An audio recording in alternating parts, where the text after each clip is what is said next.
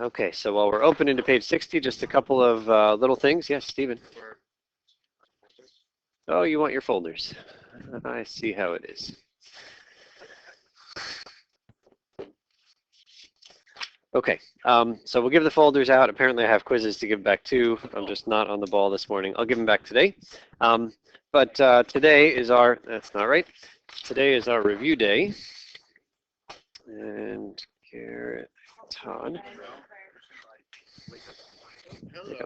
Okay, so today is our review day. What else is due today? Project number 3 is due today. And not officially assigned just yet, but I have handed out, or actually thank you to Ernie for handing out project number 4. Did everybody get a copy of project number 4? So, you know, I'm being realistic here. I understand the priority is to study for Friday's test.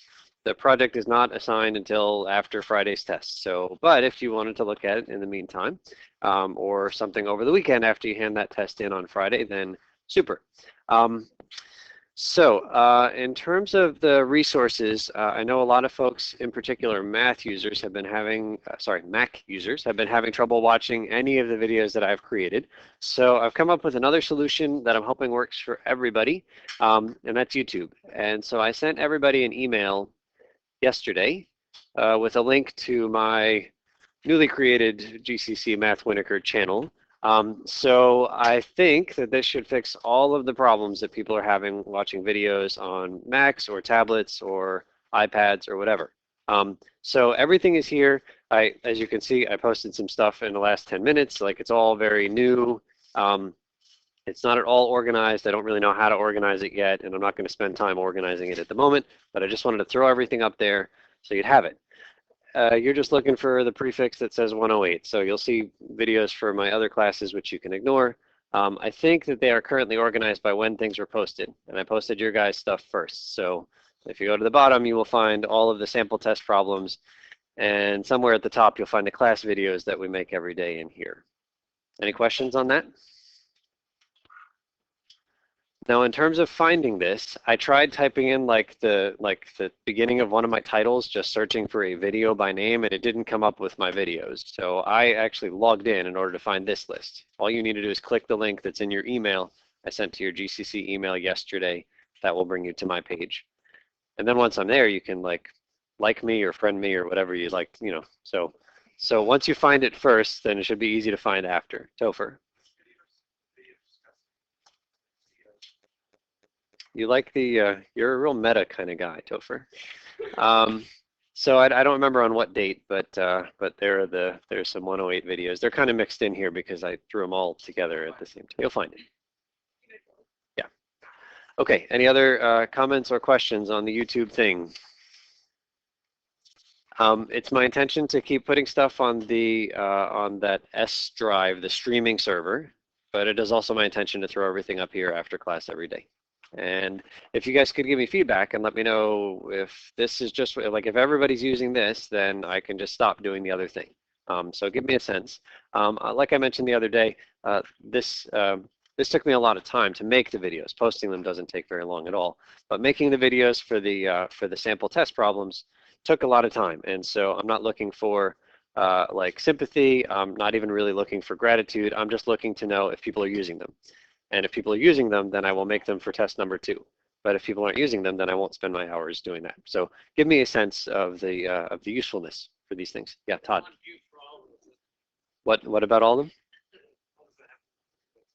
Oh, we've already have. Oh, look, we have. Wait, did you watch them? Awesome. Oh, look, 3 views. That's a quite popular problem, number 7. All right. So I have the option to monetize the account, is what YouTube calls it, where you put advertisements. So maybe I'll make some money off it. No, I won't do that. Okay, any other thoughts or comments or anything on this? Okay, so we will just spend a few minutes talking very generally about Friday's test. And then you guys can just work in your groups on whatever you'd like to work on, and I'll walk around and help. So again, project 4 handed out, but not officially assigned until Friday. I did hand out, or Ernie handed out a survey. So this is an anonymous survey that's one piece of paper. If you could fill it out at some point, I would love to just get some feedback. So if you have a chance to spend 5 minutes just filling it out, you can throw them in the folders, you can throw it under my door, you can make a paper airplane and shoot it past my office. I don't know, just however you can get this to me would be great. If you do put it in the folder, know that the first thing I will do is take it out of the folder without looking at it, and then I will mix them all up. So I will try to make things as anonymous as possible. Todd. Just wondering how that survey differs from the critique we did. At the end of the fall semesters, you, like every full-time teacher has an official evaluation. You fill in like a bubble sheet and stuff like that. And that goes into like the faculty's official folder and all that stuff. That happens only at the end of the fall semester. I think that it happens for adjuncts every semester. This is completely unofficial and nobody else will see this. This won't go into any of my official paperwork. This is just for my benefit. Yeah, over.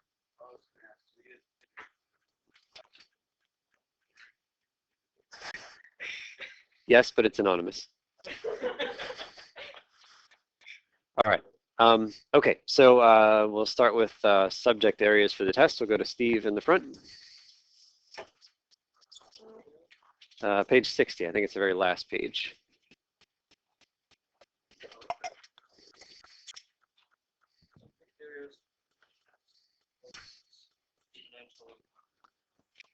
Okay, we'll go to Garrett. Exponential functions, modeling situations, writing formulas in clear form, growth factor, percent growth rate, continuous percent growth rate, solving exponential equations. Okay, thank you. Todd?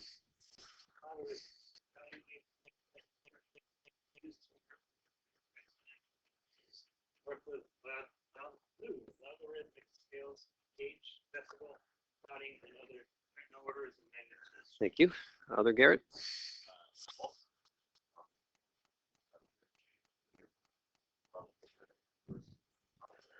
Okay, so that is a very like nutshell bullet point version of what's on the test, but if you want far more detail, then you need to go back to the thing that I call the study guide, which is here, and it's on page 43. So on page 43 is a much more detailed list of things that I'd like you to be able to do, okay? So let's go back here. Okay, and just while I'm thinking of it, so I realize after not one but two people pointed out to me that there was something that I tested on quiz number 2 that we didn't actually do together as a class until the day that you took quiz number 2. And so I think Garrett had first mentioned it, and I wrote down I was going to look at it, and then somebody else mentioned it, and eventually I finally had a chance to look at it, and indeed the second question on quiz number 2 was about like a continuous growth rate thing, and we hadn't actually done that until like 20 minutes after the quiz.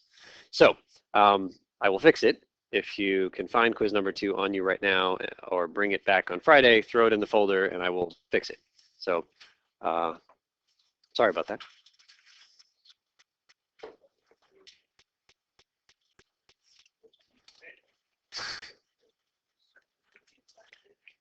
And I know what happened because when Garrett had first mentioned, you know, I don't think we did, like I saw you said something about it was on the homework for the night of the quiz.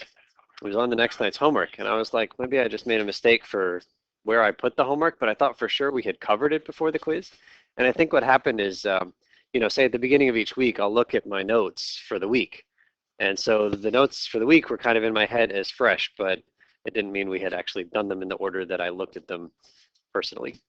So I will fix it, but just put quiz number 2 back in the folder. And if you don't have it, please bring it on Friday and I'll fix it. Okay, things to know. I think we're up to Bryce. Number 2, things to know about the test.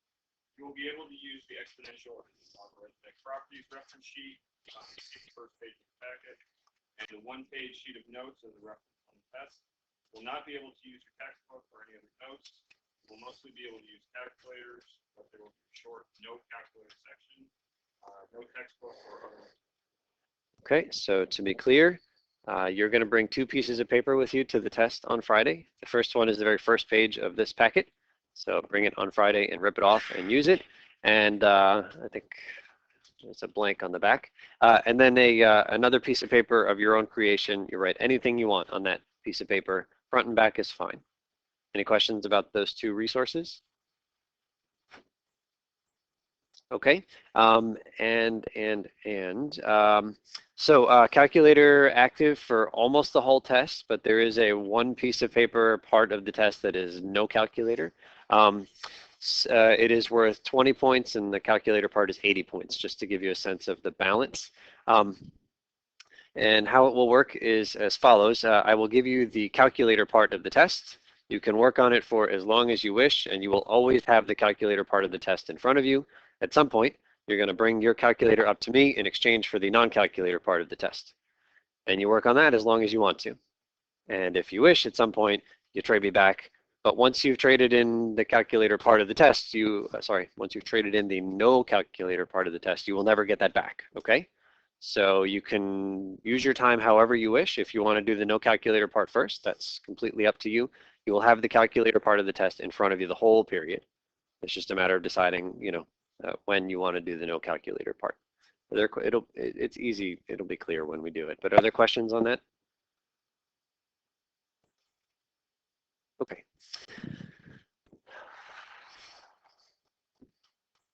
So let's go to the test. Vanessa?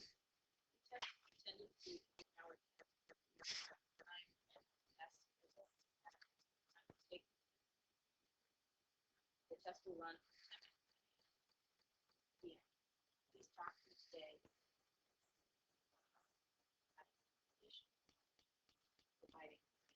Okay, so so if you tend to need a little bit more time when you take tests and things like that, then please try to get here as close to 10 as possible. If you show up at 11 o'clock, it's fine. But if 12 o'clock comes and you're not done, you put me in an awkward position of, what do I do? So please don't put me in that position. If you only want an hour for the test, then show up at 11. Like, it's fine. But really, that 12 o'clock is I'm trying to be equitable and fair and even to all of my students. So that is the window. Show up early, and there's no harm in leaving early.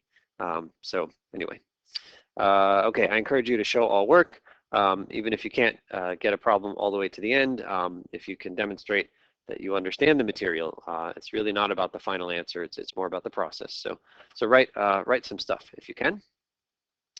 All right, there is an assignment due the class after the test. There's nothing due on Friday, but due on Monday is this. You've got reading, you've got questions of the day. It is very easy to forget that there's an assignment due after the test. So it is clear, it is known, you all know at this instant that there is something due on Monday, okay?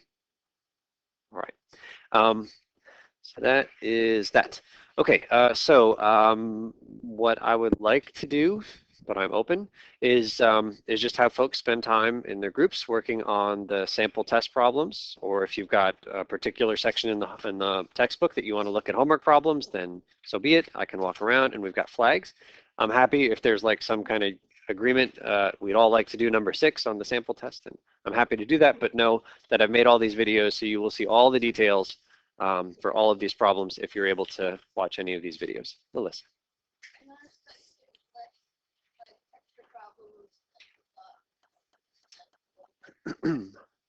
Yeah. So last semester, in addition to the homework assignments that I've already given out, I did list a bunch of extra practice problems in the textbook. So this text, I do have extra practice problems that I think are valuable. They are from the old edition of the textbook. And after 15 hours of looking at problems and deciphering what becomes what from the old edition to the new edition, I decided I was done. So I don't have particular ones in this book. Sorry. Todd. I don't have one. Did anybody work on any of the problems from the more sample test problems? Where is it? Is it here? Yeah, like here on page 48. Were more sample test problems, thanks to my colleague Kelly. But I don't have an answer key, so if people would like to share, I'm happy to project, or we can just. Is there anybody that feels like they've done all these? And But okay, but we got Melissa has done them. Has anybody else? Todd, have you done these? Has anybody else done these? Okay. All right, so is this plan okay that we just kind of work on the sample test problems or these ones here? So before we start, I just wanted to show, so Tassiday brought in, it's like show and tell. Tassiday brought in a thing for us to look at, which is so exciting. Tassiday, would you like to talk about this? Yeah. Okay.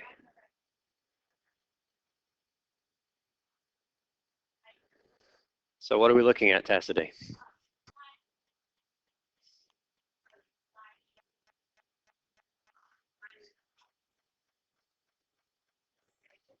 Yeah, so we talked a bunch about logarithms and how the slide rule was kind of invented in order to help us do crazy calculations. And Napier is the guy who invented the log. He made something that it wasn't exactly the slide rule. It was something called Napier's bones. It's on the previous page. There we go. Napier's bones. Again, you have to like practice to get good at it, but if you get good at it and learn how to use all this tool, then you can do lots of calculations way faster than by hand. So this was his like mechanical invention.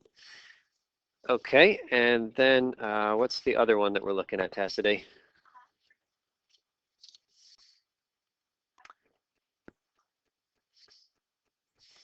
Yeah, so there it is, 395 bucks. According to this, it came out in 1972, Hewlett Packard. It was called the HP 35 because it had 35 keys on it.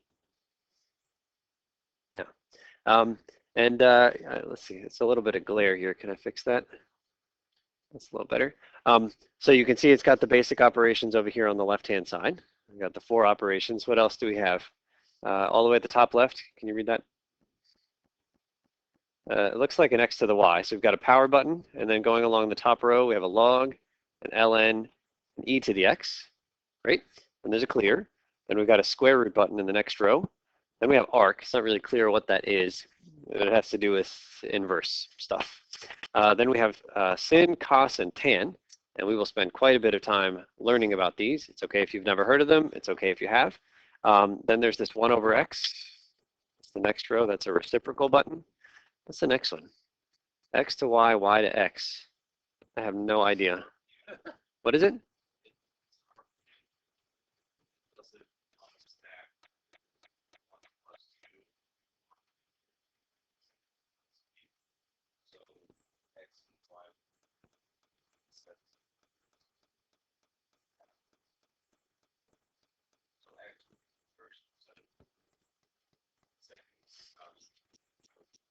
Huh?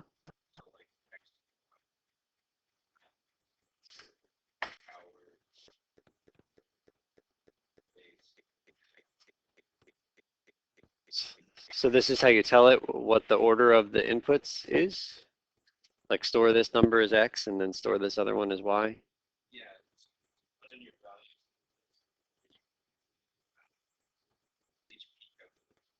value. I see. What was that? Isn't that just beautiful?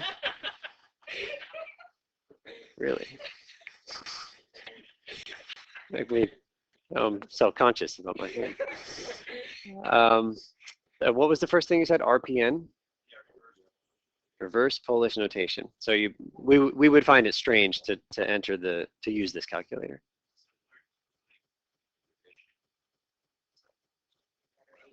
Yeah, I see. Thank you. Okay, and then there's an R with an arrow. Recall? Could be. Yeah, there's a store and a recall. I don't know what the R with the arrow is. And there's an enter with an up arrow, and then apparently channel S. I don't know what that is. I maybe clear X like clears. I'm really not sure what those buttons do. So have we made improvements? Because there are a lot of buttons there that are still on our calculator here. So all right. So first, I think that the graphical interface is better than what it used to be, so we can see pictures. So this whole top row and all the stuff you can do in the calc menu and all the regression stuff we did is not over there. let's see, you can write programs. But there is quite a bit of stuff over there on the very first scientific calculator. Oh, and then we forgot pi on the bottom. How do we forget that? Okay, that's today. Thank you for sharing. I was talking to this like older guy I worked with, and he was saying that for some things the slide rule is actually quicker than. Yeah. Yeah. Weird to think of. I think you can practice with the slide rule and get quite good at it. Yeah, there used to be competitions between people who were really good at the abacus, you know, like over in Asia, like that used to be that like folks were just like wizards with these with the abacus, and so there would be like competitions multiplying these 3-digit numbers, somebody by hand with pencil and paper and somebody with an abacus, and you know, the abacus could win a lot of those rounds. Okay. I do have in my office a slide rule and an abacus, so if you would like to take a look and play, then you can. All right, so the sample test problems that I made the videos for are on page 44. So you can start there or somewhere else, and let's see what we can do.